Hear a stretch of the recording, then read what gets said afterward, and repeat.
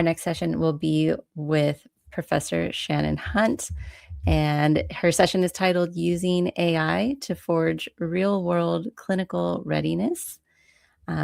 Let's welcome Professor Shannon to the stage. Go ahead and unmute.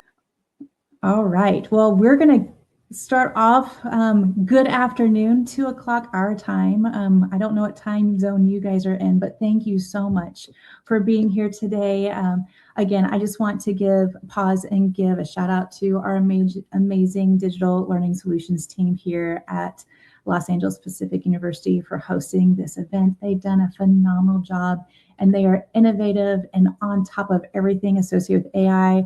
We could not have the dynamic, amazing curriculum that we have in our classes without them. So shout out to Callista, who's here with us, but also Mike and Ryan and Kenna and George and everyone out there. So thank you for all you do. My name is Professor Shannon Hunt.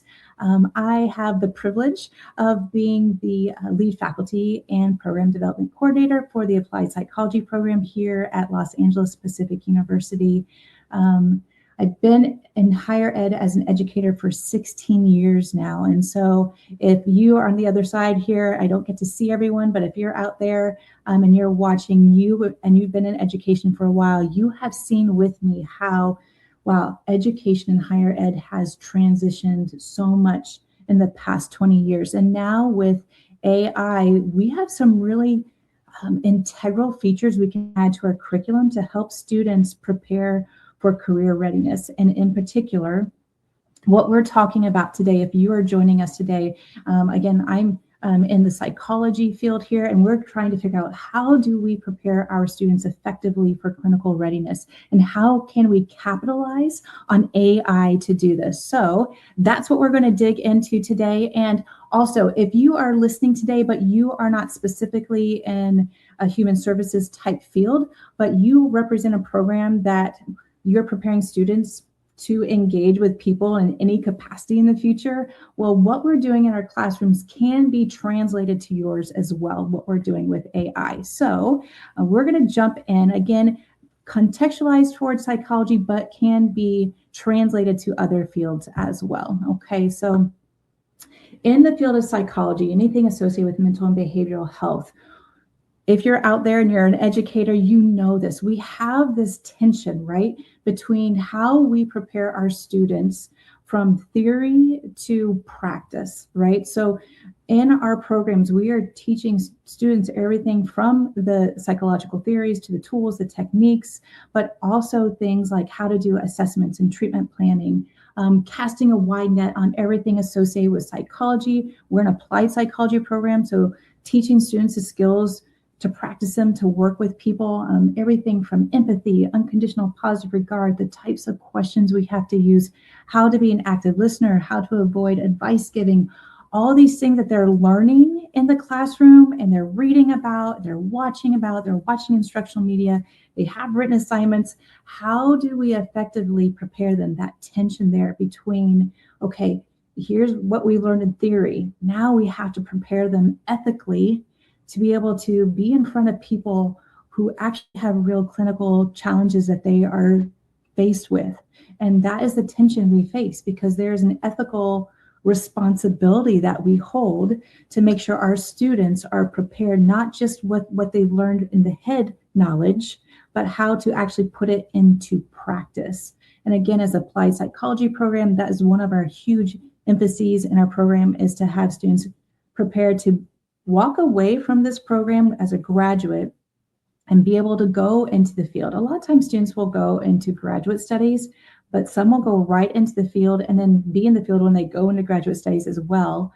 So when they're working at a CPS, Child Protective Services, or maybe they're working in ABA therapy or substance use transition centers or whatever it might be, they need to know how to work with people and do that in an ethically sound way. So these are the tensions that we are faced with in this program. And you guys know this too, as educators out there, it's tough.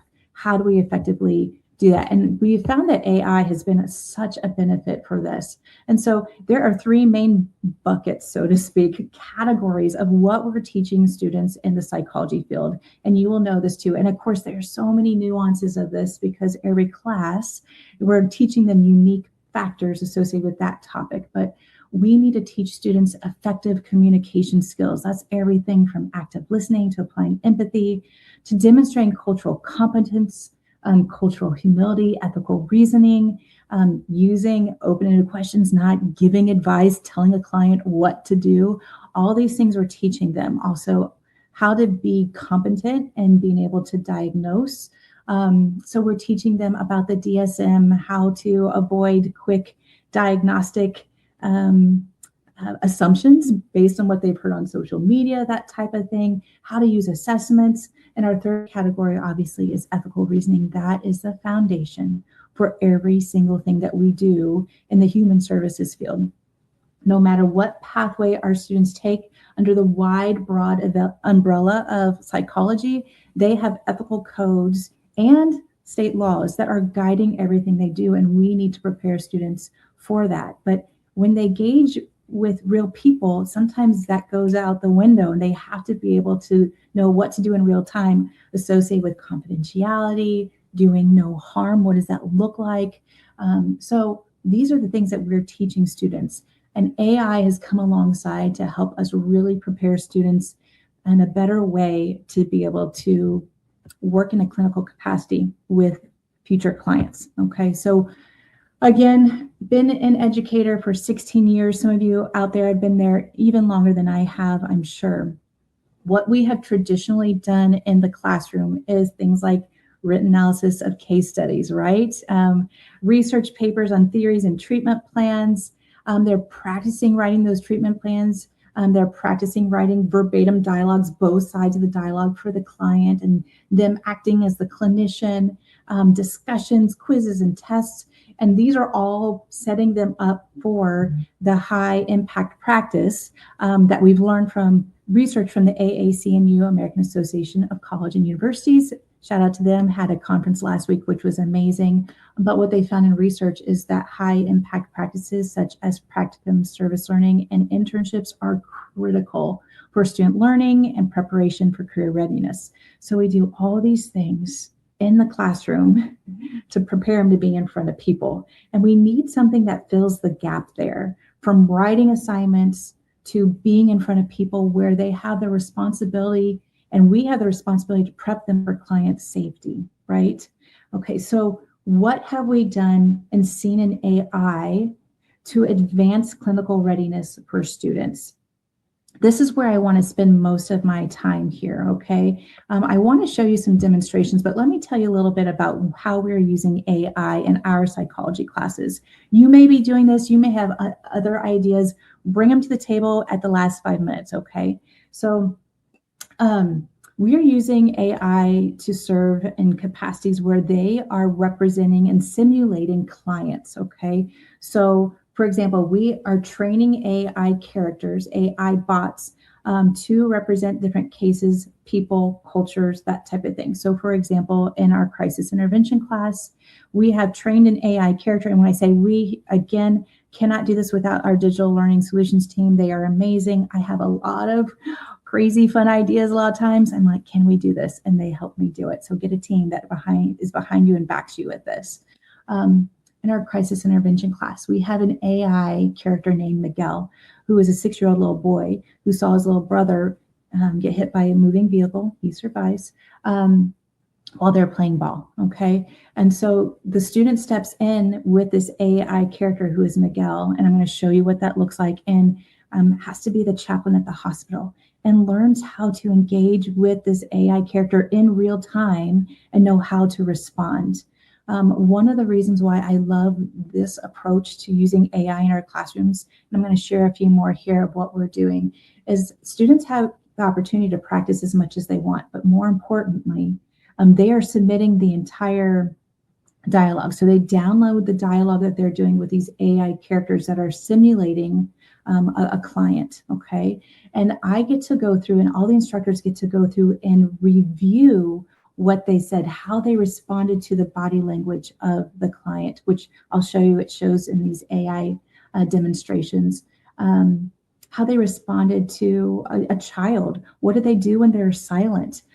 Were they demonstrating empathy? Did they try to tell the client what to do instead of listen? We show them their strengths. By reviewing the dialogue that they submit, we can see what they've done well. We can see the areas they need to keep honing. We can give guidance for that as well. So I love this because we actually see what they would say to a person as they're transitioning and building these skills before they're with real people, okay? In our motivation class, obviously motivation class is represented more than just psychology students.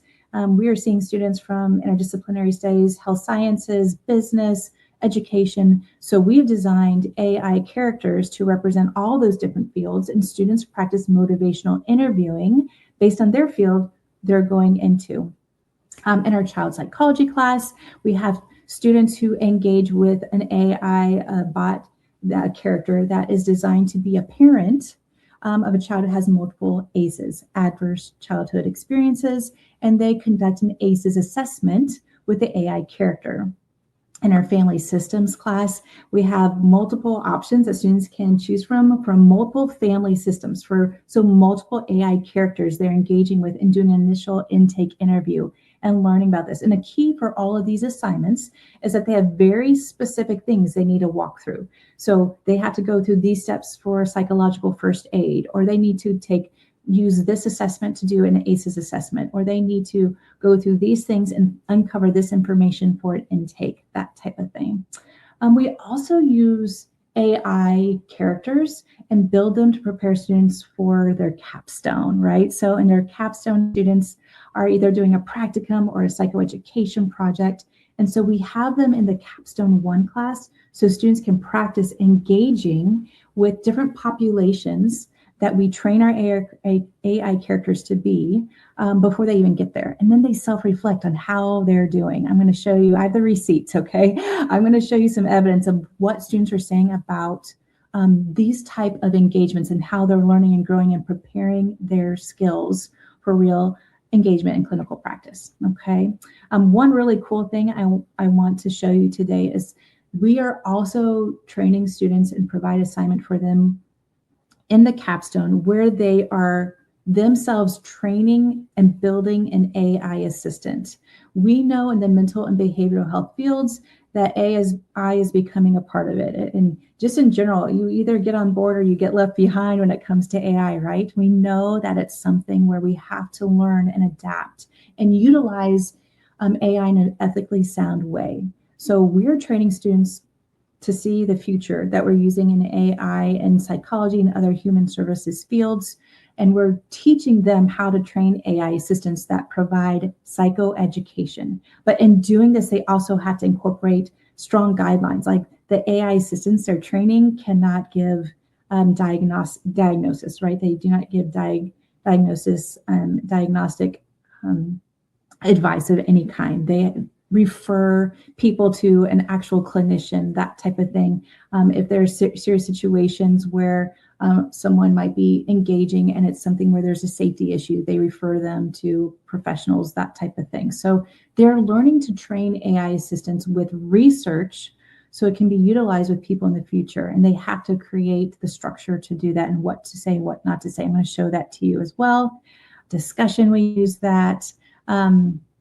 I'm devising or writing, I should say, an upcoming OER, Open Educational Resource for our adolescent psychology class. And I asked my team, I'm like, okay, I want each chapter to have an AI character in it that represents a teenager. And I want it to kind of share some of the things that they're learning in this chapter and doing it from a tone and perspective of a teenager. Can you do that? And they said, yes, I'm so excited. So again, I might have a lot of fun ideas, but I cannot do it by myself because we have an amazing team who does it. I can train an AI character because I've been trained to do that. But some of these other things are just a little bit outside of my scope of expertise and maybe a lot, and they come alongside me and help me. So that's a few of the ways we're using AI right now, but let me demonstrate some of these for you. Calista, can we go to the first AI demo? Awesome. Okay, so you're going to see me fast forward through some of this. Make my screen a little bit bigger here. Hopefully you guys can see that well. But this is for AI Miguel. This is the little boy who witnessed his brother get hit by a moving vehicle. Obviously, that is a trauma experience for this little one. And so you're going to see, it showed you before that in this area, the whole case scenario is included, and students can just begin engaging with AI Miguel here. And so, for example, it starts out, I start here with my name. Hi, Miguel. My name is Shannon. I work here at the hospital. Your mom and dad asked if I could check in on you. Is it okay if I sit with you for a little bit? So, and then what I really want to show you is more about how the character responds in very realistic for this particular character, a child who's 6 years old, responds realistically here. So notice that AI Miguel didn't say a lot of things afterwards. So we notice when when a child experiences trauma, sometimes they're very verbal and sometimes they're not. And so in this case, a student has to learn how to respond to Miguel, who is just nodding slightly, not looking up, and has very few words. He has one word response here, okay.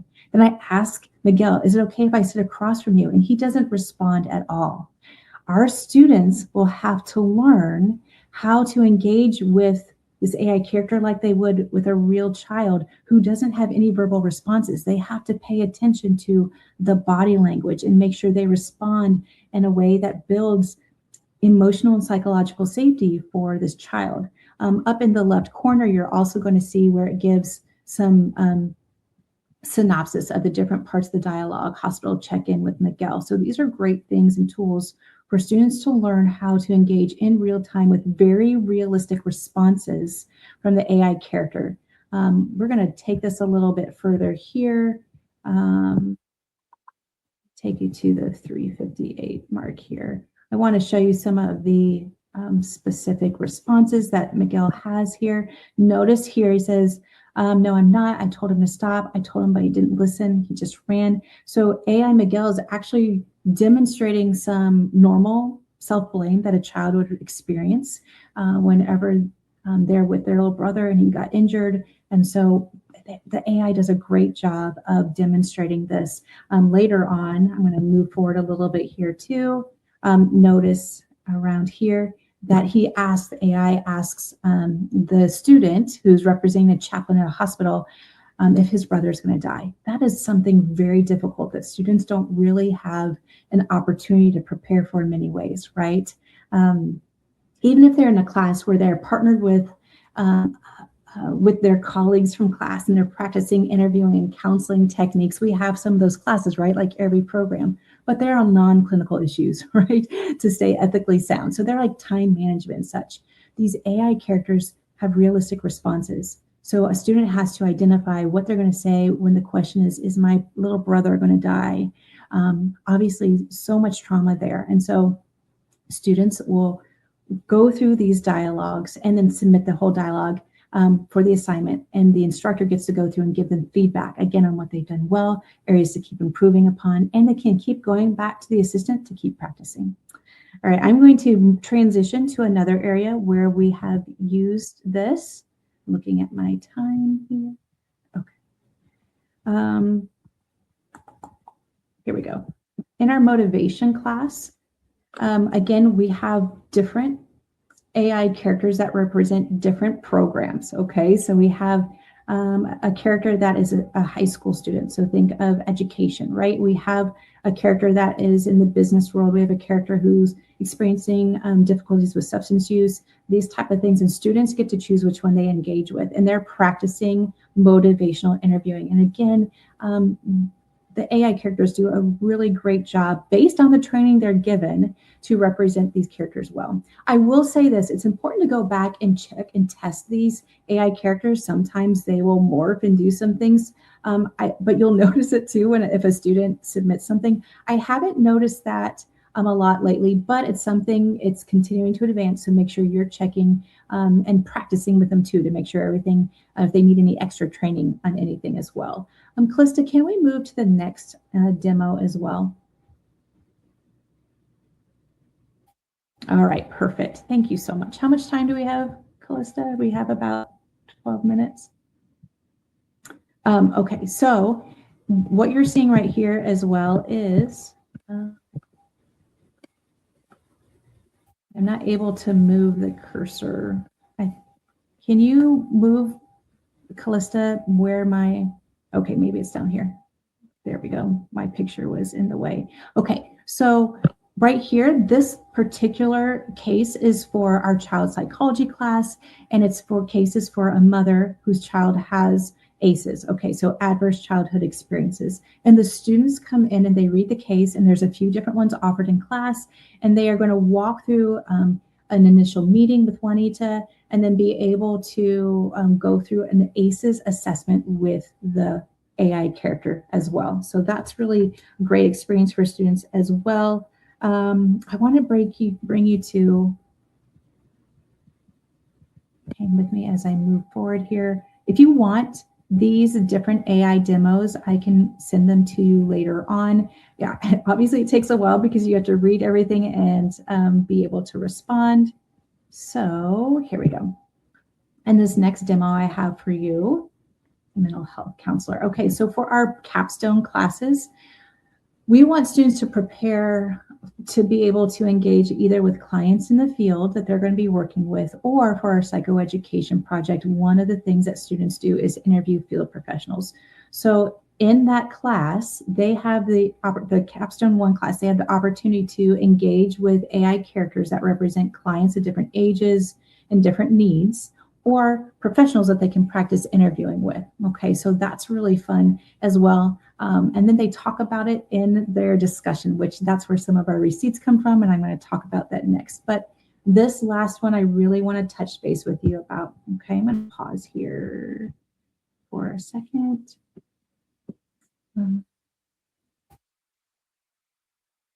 Here we go. Sorry, trying to see the controls here on the screen. Okay, it's not pausing for me. Okay, so for this particular assignment, oh, thanks, Callista. For this assignment, I mentioned that for our capstone students, one of their projects is the psychoeducation project. And we're using AI in a unique way for them, okay? So our students have to design a psychoeducation curriculum. They choose a topic and population, and part of their assignments, their first assignment is to design and train an AI assistant about their content for their topic and population. Okay, so they're training their AI assistant to do psychoeducation. And the parameters that they use are really important. So this is the actual training document that students fill out in the class.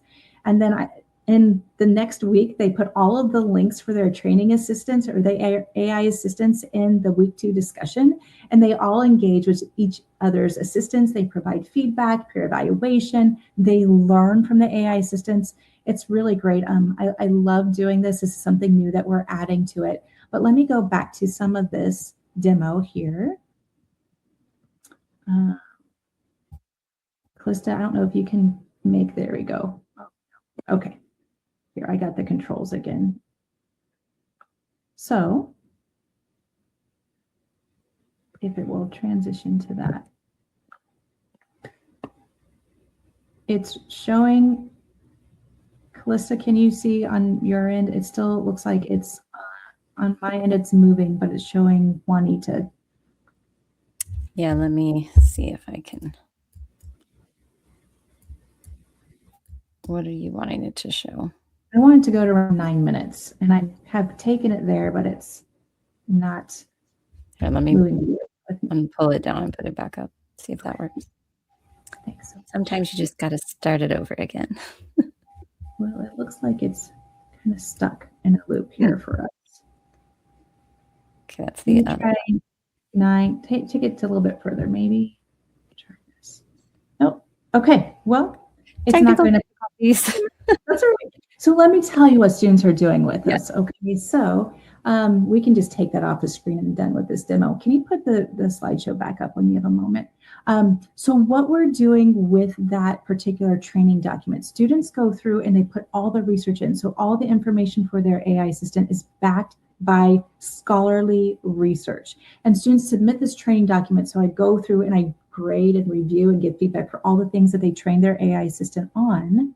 But they also have to do personality, what to say, what not to say, making sure that, again, it's not doing any type of clinical diagnosis. It's just psychoeducation, giving them information that if anyone engages with it and is asking questions that requires clinical assessment or a professional to engage with, the AI assistant is trained to be able to refer them to someone else. Okay, so they are learning how to ethically train AI assistants, and also the awareness that AI is never going to take over the role of clinical professionals. We need professionals to be engaging with people and learning and seeing from them and building that connection. But they need to see too how we can use AI to our advantage, because again, it's not going away. So let's train our students how to use it effectively and ethically here. Okay. I want to show you, is this showing up blue on your end, Callista? I can see the slide. Okay. My end is showing up blue, but I can see the background of it. Okay, so I want to tell you why it works, why these particular methods are working. First of all, it's safe because this is the gap filler, okay, between what they're learning in theory and before they're actually practicing and providing a clinical work with real life people who have clinical issues or challenges that they're facing, right? So it's safe because it's a good go-between. They have to learn in real time to adapt to what the AI character is saying to them. It's repeatable. They can do it over and over again and practice as much as they want. There's a wide variety of scenarios. We can use it for crisis intervention, motivational interviewing, assessment, helping to write treatment plans, interviews, intake interviews, all the different skills we are trying to teach them in the classroom, they can practice with these AI characters. Critically is the instructor feedback, reviewing the downloaded dialogue so we can give them feedback. Okay, that's so important. Also, how students are using it. Again, simulated role plays, such a great option for students to practice what it's like to be with people in real time. Obviously, this is a stepping stone to being with actual real people, but it's better than just the classroom writing out case analyses and treatment plans and that type of thing. It is the next step. We have stepping stones to the actual engagement with people in an ethically safe, sound way.